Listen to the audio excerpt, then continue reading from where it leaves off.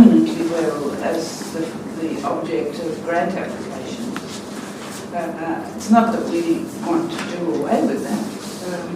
We have to learn that those found objects, financial literacy and health literacy, they're not going to go away. But we need, I think, to set them alongside the other sorts of objects, the objects that emerge as objects from the workings of knowledge practices. So looking at the tensions between these two sorts of objects, which very often go under the same name. So, yeah, because all of our objects, in a sense, are multiple things, aren't they? Yeah. Helen, is feasibility study a found object? Because I think it starts life as a found object, but I think you need to also understand it. It presents itself as a found object. Yes, it's not a found object like the health literacy, which has a definition because it becomes a feasibility study of something else, but the concept of a feasibility study is like you'll a found find object. it in some administration textbook. That's why they fund it, because it's a thing. It exists out there. Haven't you met one, Julie? I've met They're mostly green. But they're different, you know. They've got similarities, but they're different because depending on what they're a feasibility study of, but it's kind of like the concept of the feasibility study is the found object. Yes. Yeah. But also, I think that objects of knowledge can be produced as found objects by with a great deal of brushing out effort. all their historical provenance so that they look like both financial literacy and health literacy both look like they were polished up and made into this nice little smooth thing so that people would just swallow them whole like a heat stress pill rather than asking where they came from and who made them and why were they there. Why did they make that? And as if, for me, as if the frameworks now has always been known. And we all know what quality is. And we all know what quality is. And that's what's kind of attractive about the notions of belonging, being and becoming, because we half do know what they're all. You know, there's something in our heads that says, especially being in belonging, becoming is a whole different thing, I guess. But, you know, there's something that says, I've got every reason to know what that means because I've been being and belonging and becoming all my life.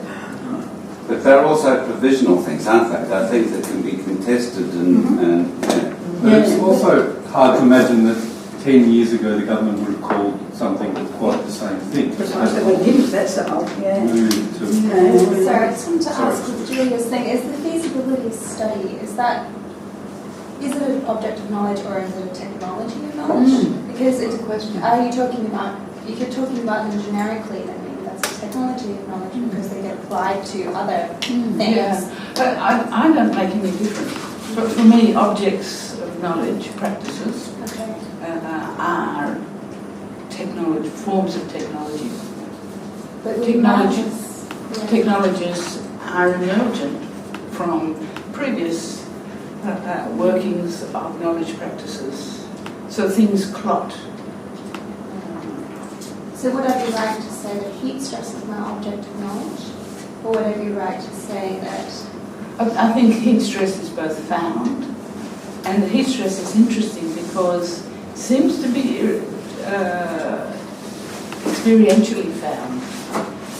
Children, I mean, you can imagine a 4-year-old going bright red. Yeah, but we like... And an adult saying to her, oh, you're heat stressed. and that's a very, I mean, it's like, oh, you've got a sore leg.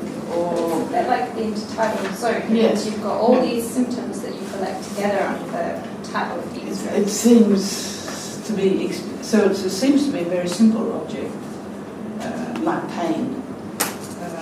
And there's this long Wittgensteinian treatment of pain as this found object. So, I mean, you might like to go back to Wittgenstein pain to think about heat stress in that way. But clearly, heat stress is also a technology and an object that is generated in disciplinary knowledge practices. In the army. So they're just two sides of the same coin. Well, I think they sit side by side. Sometimes they connect and sometimes they interrupt each other. So the heat stress is a multiple. You can think of it as a multiplicity.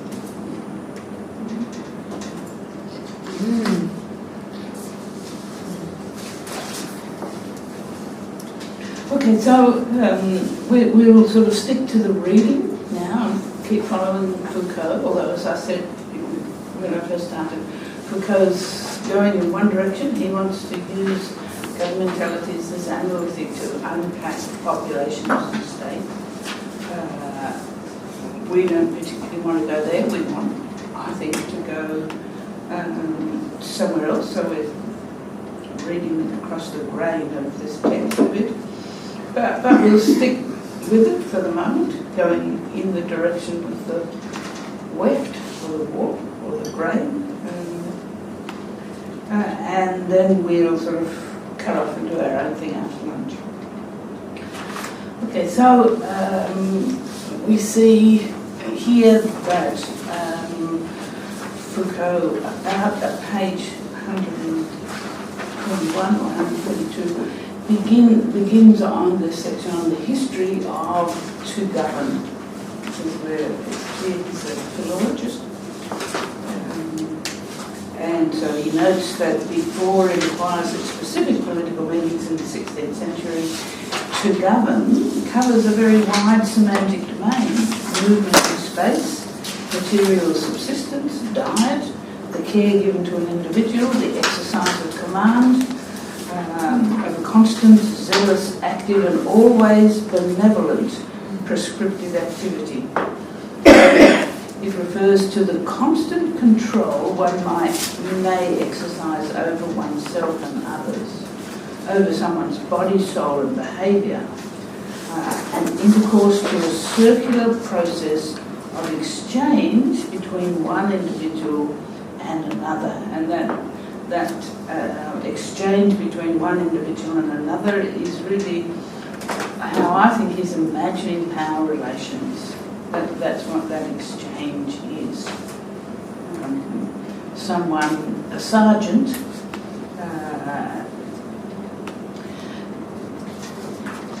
exercises control over his or her own body, but also over the bodies, not necessarily the souls, but certainly the behaviour of those with lower ranks and so on. And that's the working of the power relations. And this is his take-home message, I suppose. Those who one governs are people. I was just going to say, there's non-human agents in power as well, or is he just talking about humans? He's talking about before the 16th century. What to govern, how the verb was used. So this is it's an empirical. He's gone to text, gone to early text, seen how the word is used. Yeah. So in the 80s, Froissart, at the risk of saying completely wrong, talks of a town which is governed by its drapery, which suggests something slightly different. You're saying that's how they earned their money and therefore how they... Yeah, so it's just not about the people, is the point. So that there's something in relation to material things. Would you develop slavery with the shepherd and taking them to pasture? So it's about governing that relationship with things, maybe? So that they can subsist, so they can have a good life. Yeah, no, it's definitely about subsistence, that's what he says. So what you're saying, Matt, is some of his evidence doesn't seem to quite fit. Yes. Okay. Yeah, the flu. Well, he was a historian, and it took, without waiting for the material semioticians to come along and realise that they actually had an agency in that thing. Yes. He's just saying, okay, there's people that live in this particular town that have these ways of interacting with each other, and it's actually particularly in this town because of the drapery business. And there's another one here, enough wheat to govern Paris for 2 years. So, yes, if I'm saying anything, it's not very big or important, but it's that there are some material things that are absolutely part of it. Yeah. Remember, this was written in 1976, 77. So, I mean, you know, an historian, and he's very, very focused on discourse, and as straight from Gordians are to this day. Okay, so it seems to me that he wants this idea of what's happening here is in this old vision of to govern in Europe. Those whom one governs are people. It's on page 122, and then on just on what just on what Matt was saying, just under that. I don't know if I missed your point, Matt, but then he goes on to say that by drapery he means the people who get there, not the things. Yeah, no, that's right. But Sorry. Just drawing to attention that it's not just people looking at other people and saying, I will govern you, but there are material things that come into those equations. Yes. Which doesn't remove and we people. wish that Foucault had seen more of them. Yes. Okay. Sorry. And the problem there is, drapery. I mean, that was my immediate thought. Oh my goodness, what did drapery mean in the 16th century? But it didn't mean what it meant in 1950s Australia, where I learned the word.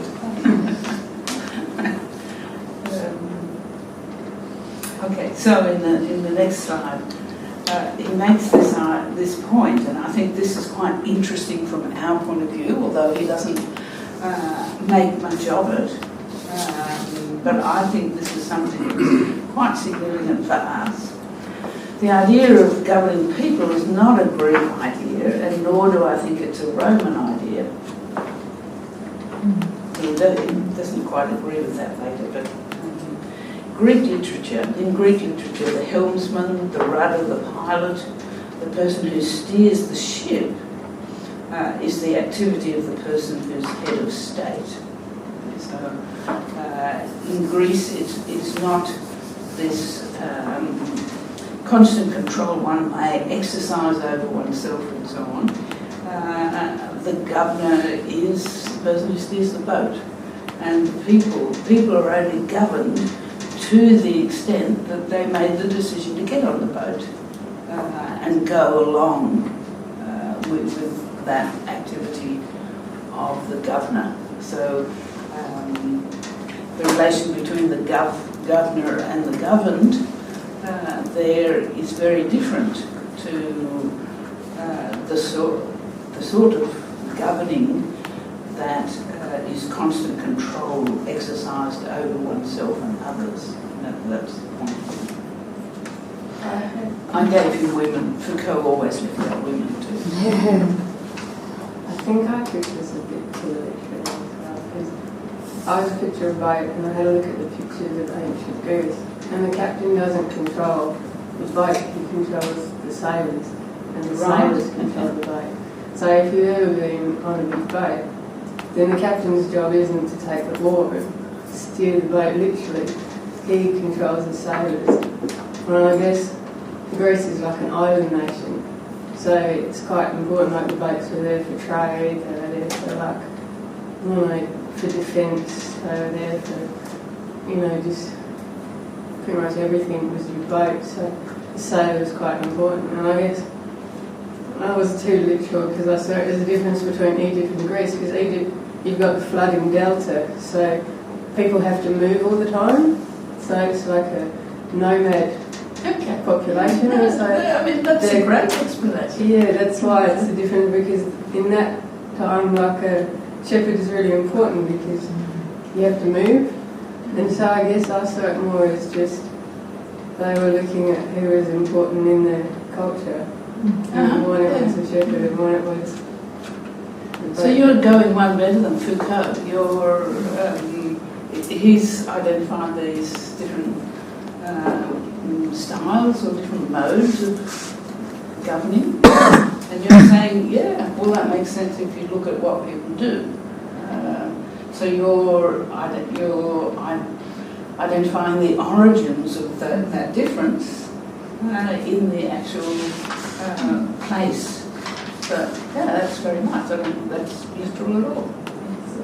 It's very imaginative, great.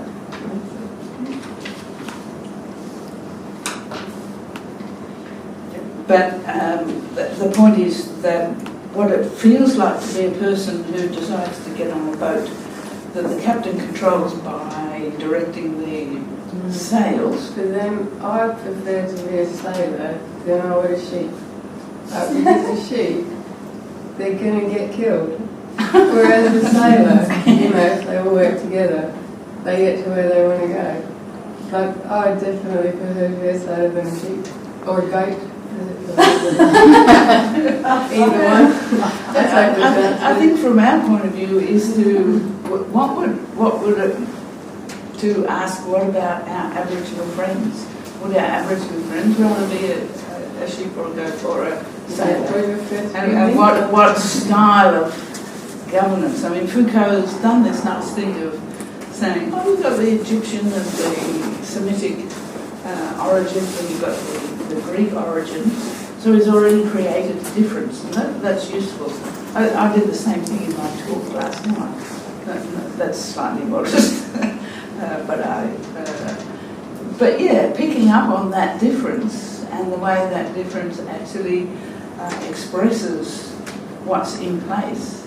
I think that's exactly the reason to read this text, and I'm sort of preempting some of what I think we need to discuss after lunch, and think about, well, you know, what are, if we think of governance as having these histories that he's talking, what's going to happen when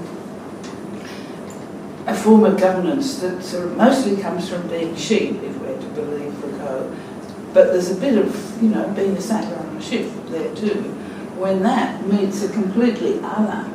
I mean, so we already get this vision of Greek style, Greek modes of governance meeting Semitic modes of governance.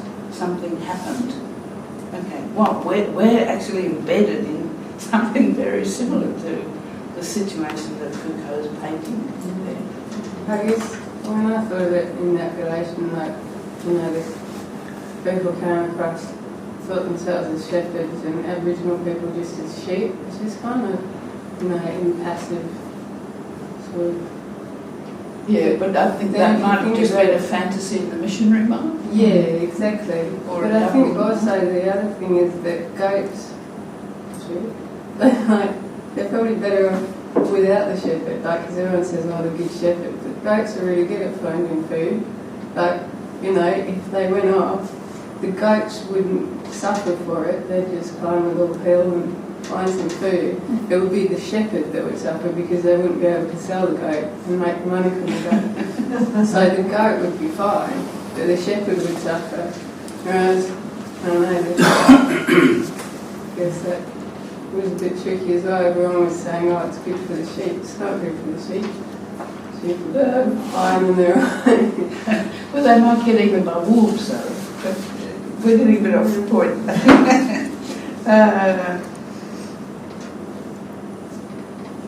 Okay, so yeah, that was what I wanted to bring out there. These two modes of government historically meeting, and in the next one, yeah. So here we are, the origin of the idea of government of men, which we probably still have. I can put it in the window. Should be sought in the East, in a pre-Christian East and then in a Christian East, and in two forms, the organisation of a pastoral power and in the practices of directing souls.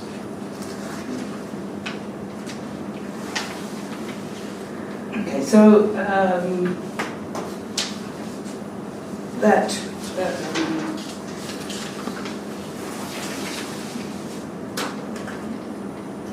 that vision of governance as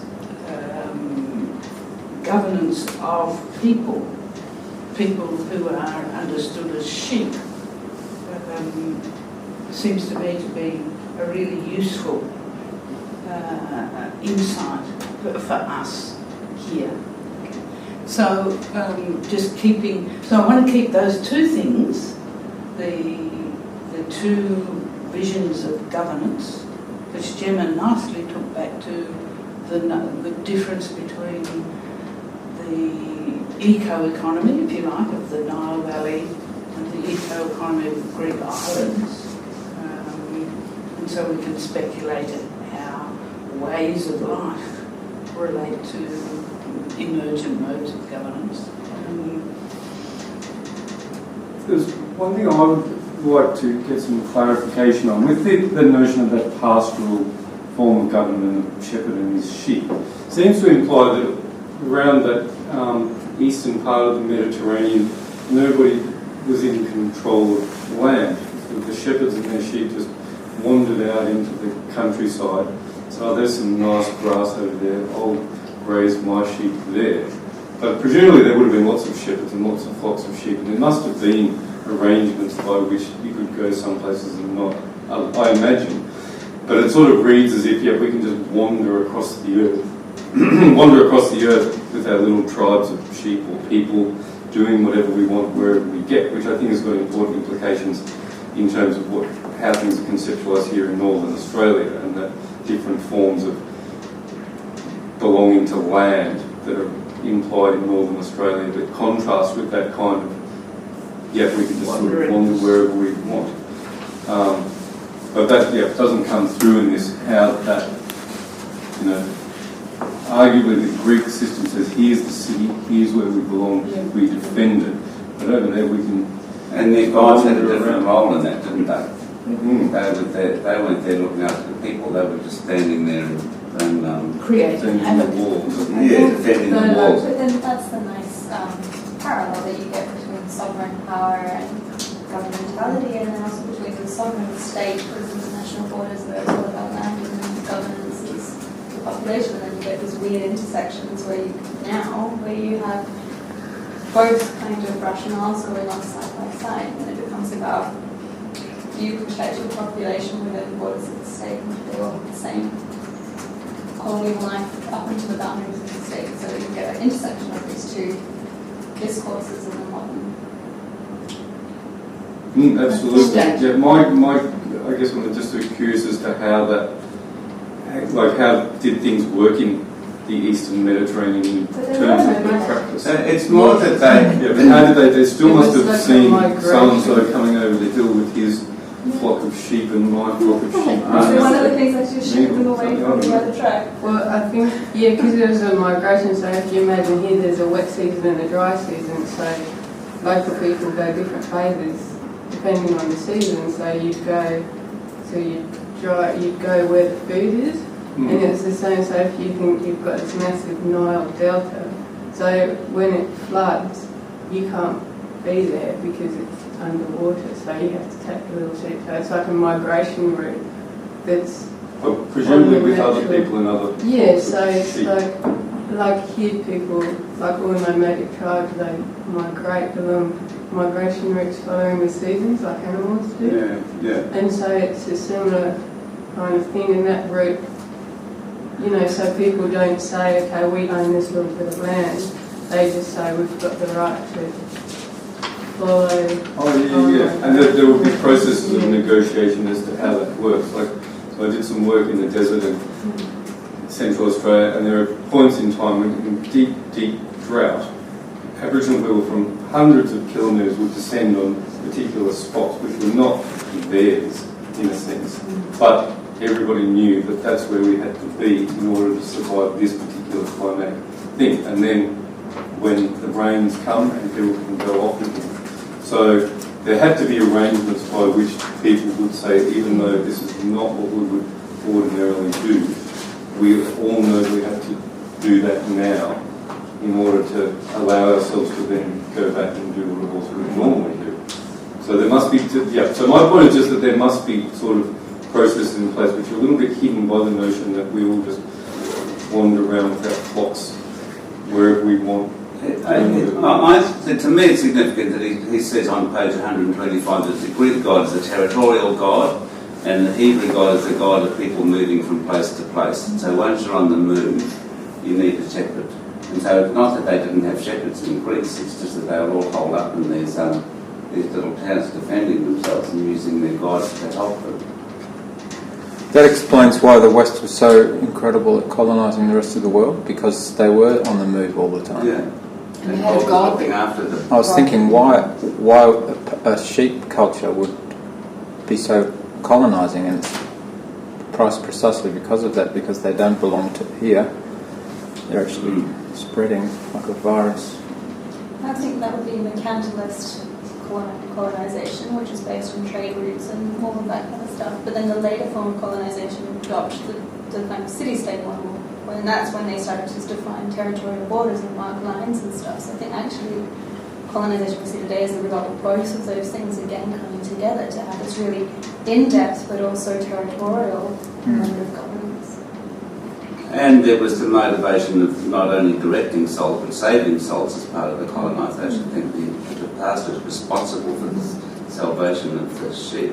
It's a bit like that grass is always greener. I mean, that must be invented by a shepherd. Grass is greener over there. Okay. Take them over. It is always green on the other side of fences. Yeah, but there were no fences, which is why they had shepherds.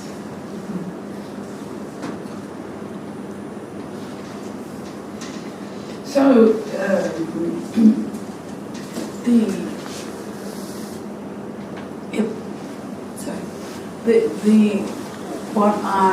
these are the questions that are set, and this sort of takes us on to the next bit.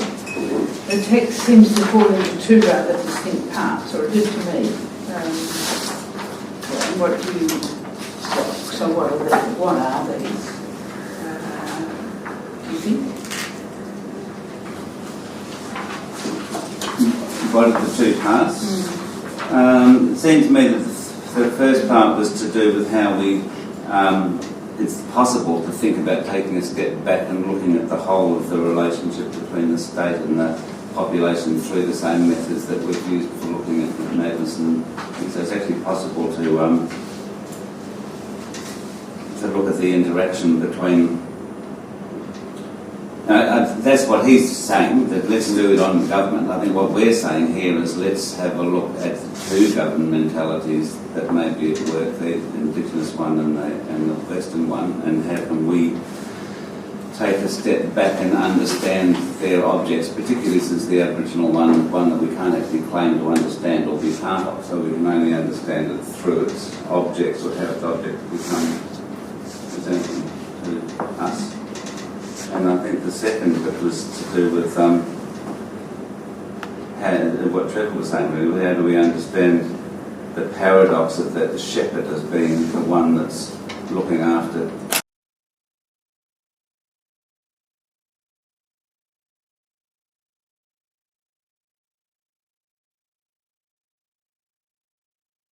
complicit in that, and so we understand ourselves as both the agents and the effects of these interactions of governmentalities. So we're trying to take a step back and just look at those technologies of power and try to expand our capacity to attend to those objects. Elspeth, would you ever go? Did you see it as... I'm not really familiar with the ground up thing. No. I'm just talking about that very first. Oh. The text seems to fall into two rather distinct parts. What do you think these consider? That's all I'm trying to get. I'd probably just repeat what Michael said, just that the first one is about how the technologies pervade beyond the institution and produce the institutions, so stepping outside the institutional bounds more. And then the second part is being this pastoral drive pastoral versus territorial, and Yeah. And yeah, just on that note, I just thought it was really, I hadn't really thought about the difference between the Greek and the Hebrew before, and I just think it's so striking because we derive so much of the way we talk about modern Australian governance from the Greek language about it, so it's all about votes, and so we talk about it at that level, and actually in the Hebrew, that's why governmentality is so effective, because we actually don't talk about it, and it's not overt in any way. And so, yeah, so we just talk about votes and democracy, which is about like saying I'm going to get on the boat, and the boat's going that way, but I'm not looking at the pastoral thing of what makes me want to be a sailor, and why do I think that that journey is a good idea, and therefore why would I get to step on that ship? how did I get produced as this? Anybody else like to have a go at naming what the, well, you can disagree, maybe you know, my... Interesting part. I thought that one of the interesting things about the first part was that he does say in the end that, yeah, I've looked at the mental institution and tried to take that 3-step outside it in order to understand what's going on. We'll look at it differently. And that at the end of all of that, it's the state, in a sense, that helps to form all of those things. And so, going back to the thing that you said right at the start, why would you do this governmentality? Why would you use this weak and feeble notion to look at something big and strong like population and state? And it's because of its ability, the fact that we invent states or see states as existing does all of this other stuff. So let's go back to the start and think about governmentality and how it frames up all the myriad things we do in the world. And then I agree with the other two about what the second part's about.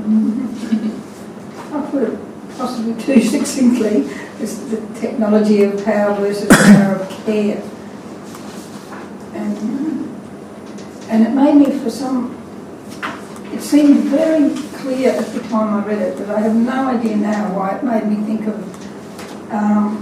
Sir Ken Robinson's notion. He's talking about an English, he works now in America, so he was talking about that that idea of no child left behind. But he talks about being reminded of stepping onto trains in England where it says mind the gap. And so Soli and I have been playing with the idea of thinking about minding the gap instead of closing the gap, in that same way that it's, that it's a power of care there rather than a technology of power somehow.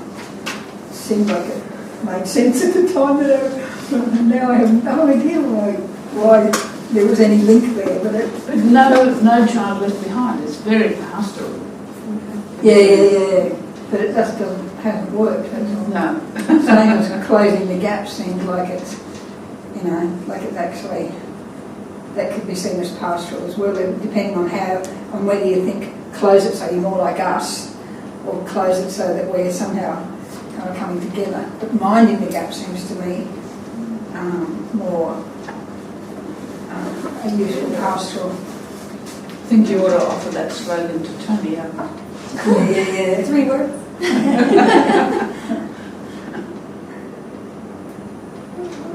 I think there's also something about the pastoral thing, the paradox of the pastor being concerned for the individual at the expense of the entire group. Mm-hmm. So there's something about the ways in which Western governmentalities somehow focus on the one many rather than the part whole, as I might say. And also the way that the shepherd's sacrificing himself for the sheep, so that there's that double paradox. And in fact, on page 129, where he's talking about power in this thing exercised on a multiplicity, not a territory. Yeah. It has an end, and there's actually only an intermediary for that end, and the end is for the subjects rather than for a higher body like a god or a king or something like that. And it's a power that's exercised for all and for each, not for the whole mob as a sort of undifferentiated. Yeah, and for all and for each, that's actually the lexicality paradox. And it's what page are we on? Well, the omnes et singulatum Yes, is on yeah. 128. I just add something to that. So that finally is how directed all and each in their paradoxical equivalence, which is certainly something that we have in Australia today, that notion that we're all equal and we're all different versions of the same thing. We were talking last night about education and teachers in remote schools and the notion that in order to get your education you need to be in sort of, you need to be transportable. For you to have done your training effectively, you need to be able to teach here or there or there or there, because we've got this national curriculum and national standards and we're all different versions of the same thing. And a bit in terms of what you were saying yesterday about the inner critique and things like that, we've got to a point at which we surely have realised that we're never going to all be the same. Like that sort of progressivist fantasy, I think, has died, that, one day we'll all be the same. But we don't yet know how to move on to deal with the fact that we're different. And in fact, difference, if anything, is expanding now.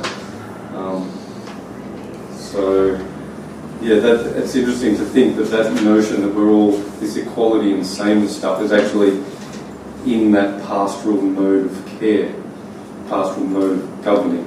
So it sort of starts there that we're all individuals, unique but same. I think that's fascinating, and I think it's really interesting to go back to the Hebrew, the tale of like how to slaughter either the flock or the individual to save the other, and yet the pastoral that gets absorbed into this European, there's only one vocabulary is very interesting, into this sort of European understanding that there's only one order that is acceptable and this modernist rational order. So what actually happens is that in order to reconcile those paradoxical equivalences, you end up saying, well, what's good for the individual is also good for the flock. So the individual who's disrupting the flock, we put them in an asylum, and that's good for them, and it's good for the flock. But actually, we're now coming out the other end of that and doing this and going, oh, well, they're actually two incommensurable wholes. And we're back to that old Hebrew understanding of you can't make them commensurable in that way. What did you say was the indexicality problem? The paradox of all and each omnes et singularum. And what does it mean? I mean, how does it play out in terms of the metaphysics of contemporary governmentalities in northern Australia? Well, I mean that's one many, and the paradox of the each. Okay, yes. And the each constituting a singular all. Right, okay. But the other one, so that's the pastoral one. Then the Greek one, the territorial one, the boat one, that's the whole, when the territories, the bay whole, or the boat and where it's going. And that's actually the Socrates paradox of the vague whole of the territory and the individuated parts that constitute that. So, and what's that paradox called? Socrates, after a man called Socrates. How do you spell that? Soroties. The Heath paradox. When was he? Oh, he's Greek. Long Very early Greek, apparently. So it was one of the first paradoxes to be articulated. That's what Beth was talking about yesterday, wasn't it? I think what I found hard with this was that I was saying, the difference between the good shepherd, that he looks after his sheep well, and the bad shepherd looks after his sheep just for the profit. But isn't that's what a shepherd does? Like, it's for, they're all going to go to the chopping block. So I just found it really hard thinking that someone is looking after, like if I was a sheep, thinking that someone's looking after me for my own good. It's not for my own good, it's because they want to sell me at the market. And so I just found it really hard trying to distinguish between the good shepherd and the bad shepherd. When they're both, The shepherd has the choice to just say what's good, and the shepherd it's not necessarily what you would think is good. And that's the relationship between the shepherd and God in a way that they say this is. But then like taking that on, you know, when people came here and saw themselves as shepherds, like they never said, "What do you want?" Like. And I guess that's the problem, is that everyone's seeing themselves as shepherd and everyone else as sheep. And so they're right, everyone else is sheep. And so they're just, like, obviously can't think for themselves. And so, I don't know, I just couldn't get away from the fact that a shepherd ultimately just wants some lamb chops. Yeah, the difference between the good shepherd and the bad shepherd, like the really good Well, shepherd. I think that's translated in political ideology with a dictator is just trying to get it all for himself, whereas a good government is supposed to be being the government for the sake of the people. So it doesn't actually work with shepherds, but it's just a metaphor that they used, first of all for their gods and then for their leaders. And it somehow, as Foucault's saying, it's actually been brought into Western governmentality and produced the most avaricious, expansionary, bloodthirsty civilization ever known to man. Yeah, because I think they used it as a defence in a way, like as a justification, saying, okay, well we're good shepherds, so we're looking after you sheep because we're really good. And so they put that goodness upon themselves rather than thinking and comparing to a bad shepherd, then they are good, but compared to something else, they're not that good. And I think they used it as a justification, so we go, oh yeah, okay, brilliant, we're sheep and you're looking after us, so that makes us feel good. And it comes back to that paternal, like, colonisation, where instead of seeing people as people that have got rights and aspirations and, you know, everything else, and, you know, maybe they've got different views, different religions, or whatever, it's a very like missionary thing that you're like, okay, well, I'm a shepherd, you just don't know anything better because you're just a dumb sheep that can't communicate with me, So it's like the ANZ that thinks that they have a responsibility to help marginalised people understand money, but at the same time they're just trying to get more bank accounts open, more profits and that. So there's always a paradox in there. And our job is not to say whether it's good or bad. Our job is to say, let's understand better how this is happening and how goods and bads are made in that process rather than there beforehand. And then how do we understand what our work is in terms of some of the stories that we can... But also being aware of the sort of paternalistic sort of structures built into how we do our work. So that by reference to our sitting here in the Northern Institute, West lovely rooms. There's already things at work that we carry with us or whatever in terms of that work, which makes us like, we might think of ourselves as good shepherds, but we might just be wanting the woolly fat sheep at the end of it all so that we can get a good profit.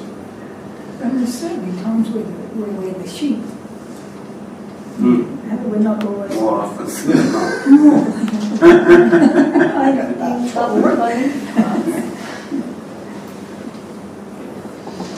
Okay, so what I saw is the first bit of the text was about, to me, it really helped bring out this contrast between found objects and objects that are emergent, and the fact that they both sit around, and so the fires are both constituted in practice, but they're also found, and we need both of them. We need to be cognizant of that multiplicity. So that was the first take-home message for me. The second one was the alternative origins of contemporary Western governments, and I thought Elspeth said it very beautifully that what we've got now is this sort of hybrid system that's sort of part Greek with the territory, and that's very explicit with votes and democracy, and yep, I'll get on that boat. But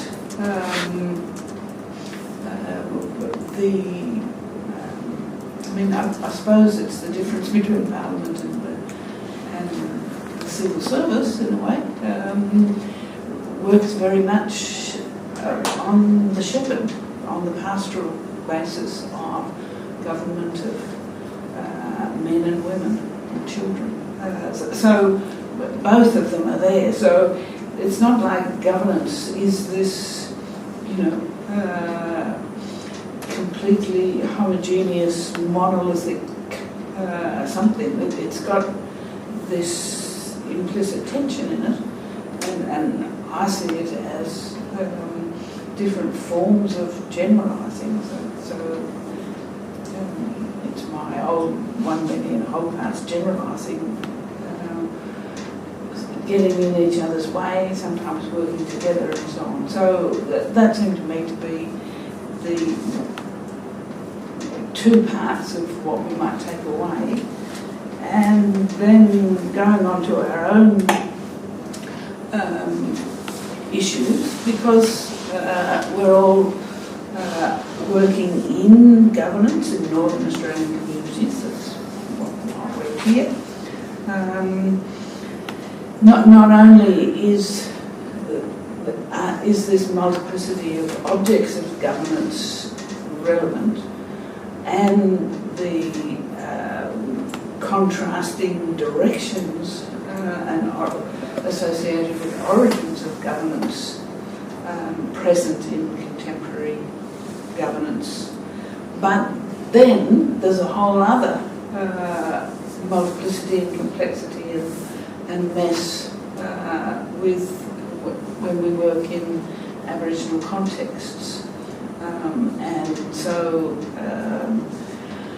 can understanding something about the mess and complexity that constitutes contemporary state governance or modern governance help us think about what happens when that contemporary modern governance tries to root itself or tries to engage with Aboriginal communities.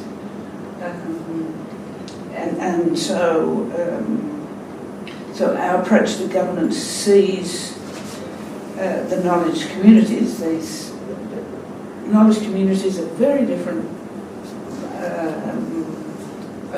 I've made a shift there to knowledge communities. Maybe I should have thought that question a bit more carefully. So just thought, let's, instead of reading knowledge communities, let's call them governance communities or something like that.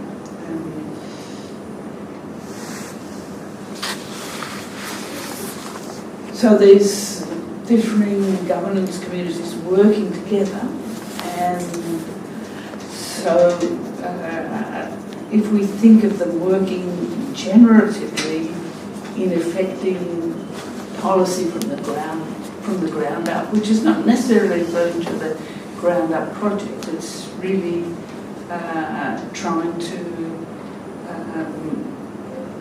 propose a means by which different governing communities of different histories and origins might work together. That the only thing you've got is you're actually working together on the ground and what you're doing in the here and now, and seeing that generatively. So I'm actually already moving to the sort of position I was arguing for in my lecture yesterday afternoon. And so that vision that I was promoting yesterday is actually consistent with the contemporary love of evidence-based policy. And this is the point at which Michael and I sort of invented this idea of Aboriginal consultants, because up until a few years ago, even when policy saw itself as expressing theory of this, that or the other, there was no place for Aboriginal landowners or Aboriginal knowledge authorities as experts. But with the shift to evidence-based policy, it actually allows a place for Aboriginal knowledge authorities as experts. So it's making the best of it, saying, okay, unexpectedly, this gives us opportunities. Okay, so thinking about that vision, how does Foucault help us here, basically? That's what the question is here. I'm interested in part in, so the first statement of the second dot is interesting in governance where knowledge communities of very different provenance must coexist, and I think that that's true, but I'm not sure that there's a lot of players who think that the answer to the problem is finding ways for them to coexist, but rather one just coming over and replacing the other. So, but this paragraph, I think, is a vision that I want to promote. Yeah. And so, and your argument, and something that I'm very happy to take up, is that if we do that, then in fact we're creating that coexistence within the frameworks of one that would ordinarily try and take over. Does that make sense? Yeah. So it is feasible to actually do it. I think you need to say something about generatively effecting policy.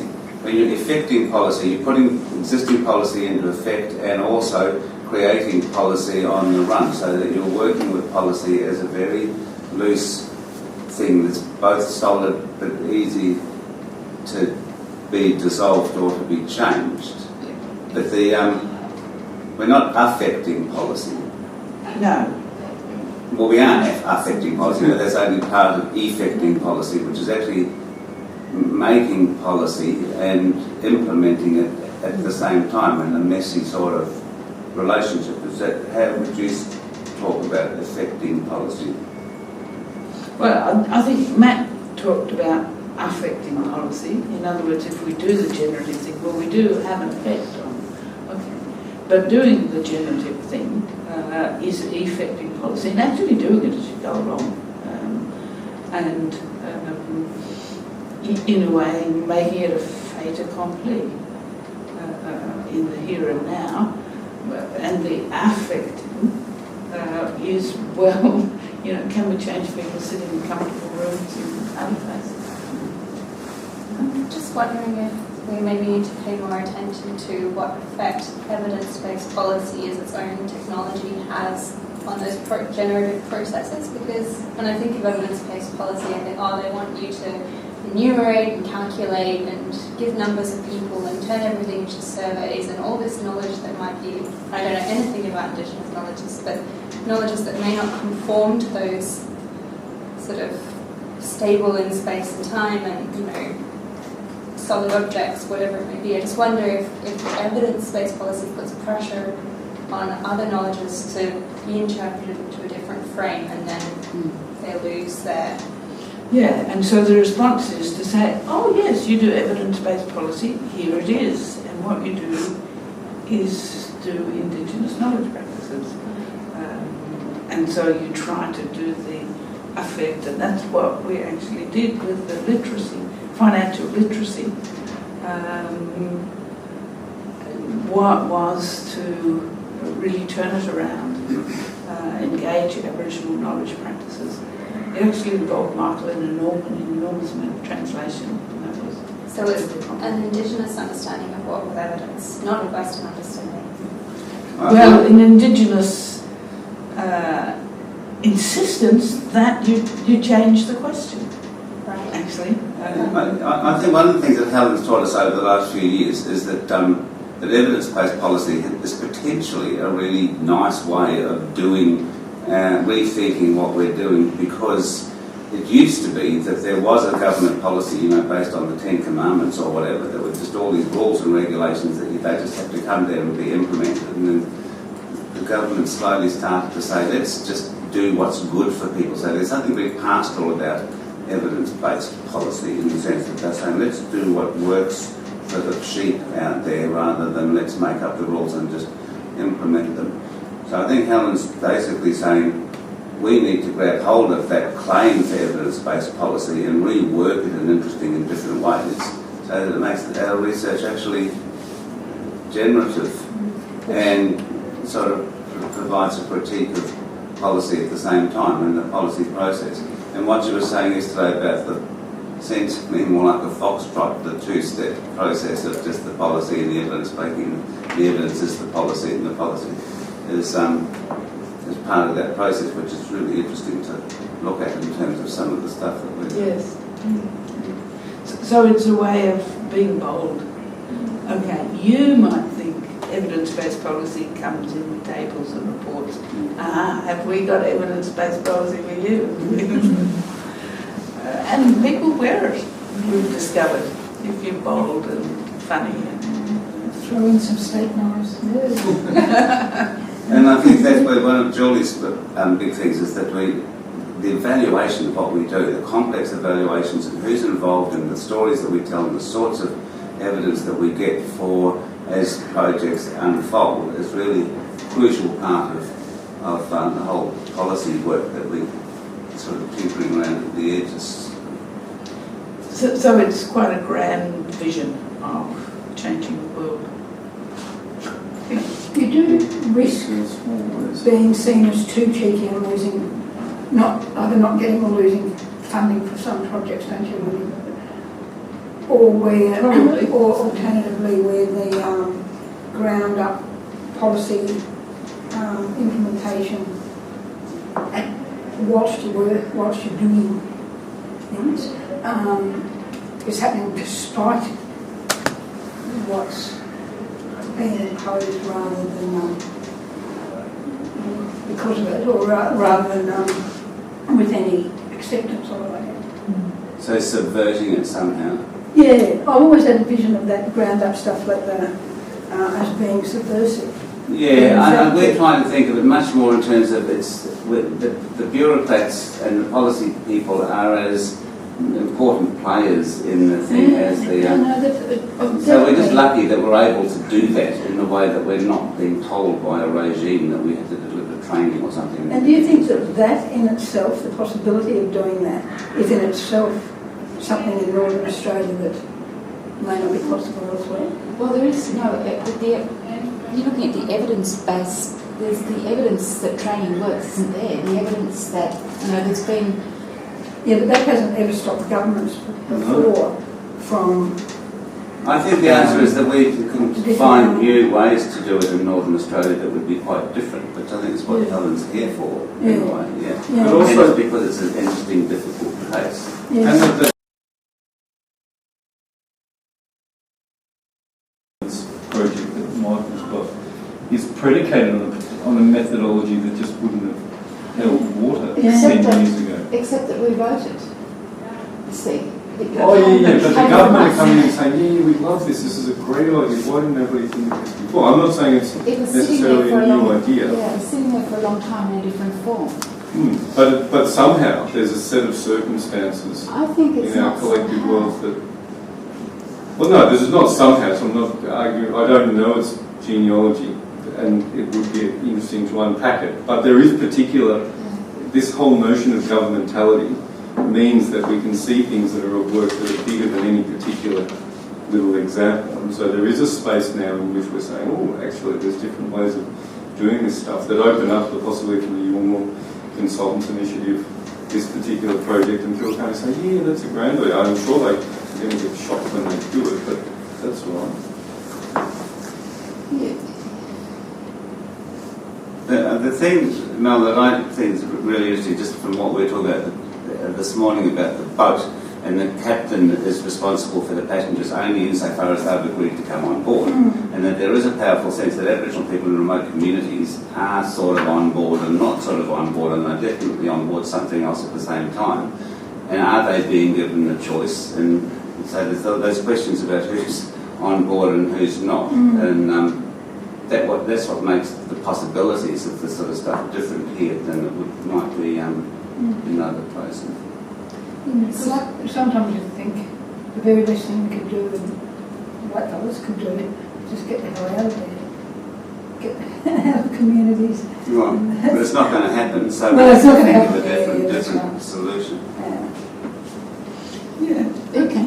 Yeah. Sorry, Julie. I was just saying that changing consciousness, or that it's like people who have been living in communities and working with people and who have had their consciousness, their awareness, things have shifted for them and now in positions where they can also have and can articulate perhaps more clearly because they've been working with people for a long time what might be happening and can have those conversations with their colleagues who are of a similar age and in those sorts of you've been around long enough that people are having these conversations at a different level perhaps inside government and people are in these positions and you've had some shared experiences together and so it's not an accident, it's kind of like a time that it's the time. It's the time that it's all sort of starting to plot.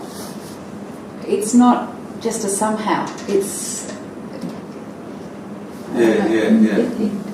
But it's still the exception, though, isn't it? Like stronger futures and all of these things marching in, like they're still the norm. Tony Abbott's going to get Warren Mundine to tell him how to make people buy houses in Ali Karan or something. Like that's their vision. So there's little gaps and spaces, and they're the ones we need to work. We need to do our daily practice. That's what I think is special about the North. Is that it is different, and it's different because of all of this collected working together and knowledge and evidence and changed practice. That it is different to what's happening in the carpet land of Canberra. And Yeah, Tony will be visiting soon. It'll be all right. And perhaps on that note, we'll go to lunch. Yeah. So in a way, we can come back after lunch and more or less continue this conversation if we have this vision of governance communities meeting in Northern Australia. And now we know of the complex and contested histories of governance